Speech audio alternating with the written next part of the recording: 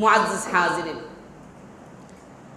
তো আমরা যে ধৈর্য ধারণ করতে হবে, বিপদের মধ্যে পড়লে আমাদের হা হুতাশ করা যাবে না। বিপদের মধ্যে পড়লে আমাদেরকে নিরাশ হওয়া যাবে না।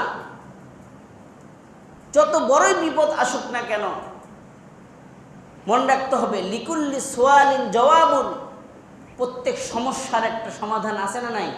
আছে। যে বিপদ যত বড়ই হোক না কেন আল্লাহর কাছে এর চাইতে সুন্দর সমাধান রয়ে গেছে। এই জন্য বিপদে পড়লেই আমাদেরকে কি করতে হবে? ধৈর্য ধারণ করতে হবে। ধৈর্য ধারণ করব আমরা। এই ধৈর্যটা কি জিনিস? ধৈর্য হলো দুই প্রকার। ধৈর্য কয় প্রকার? দুই প্রকার। আস-সাবরু আনিল মাসিয়া, আস-সাবরু আনিল মাসিবা। একটা হলো বিপদের মধ্যে পড়লে, বিপদে পড়লে ধৈর্য ধারণ করা। এই ধৈর্য হলো ছোট ধৈর্য। সবচাইতে বড় ধৈর্য হলো আস-সাবরু আনিল মাসিয়া, যে গুনাহ থেকে নিজেকে বিরত রাখা। এটা হলো সবচাইতে বড় ধৈর্য।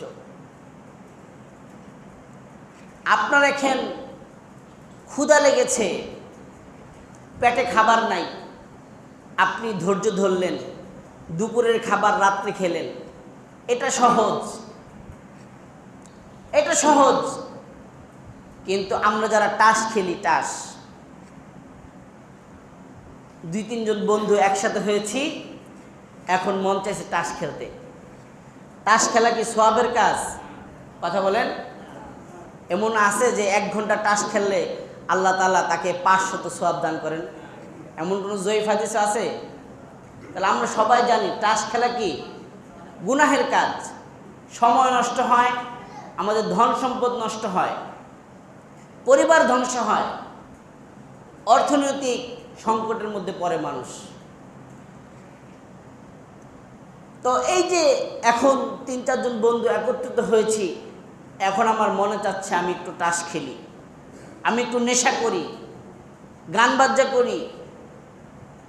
এই গুনাহ থেকে নিজেকে বিরত রাখা, এটা হলো সবচাইতে বড় ধৈর্য ধারণ করা। সবচাইতে বড় ধৈর্য।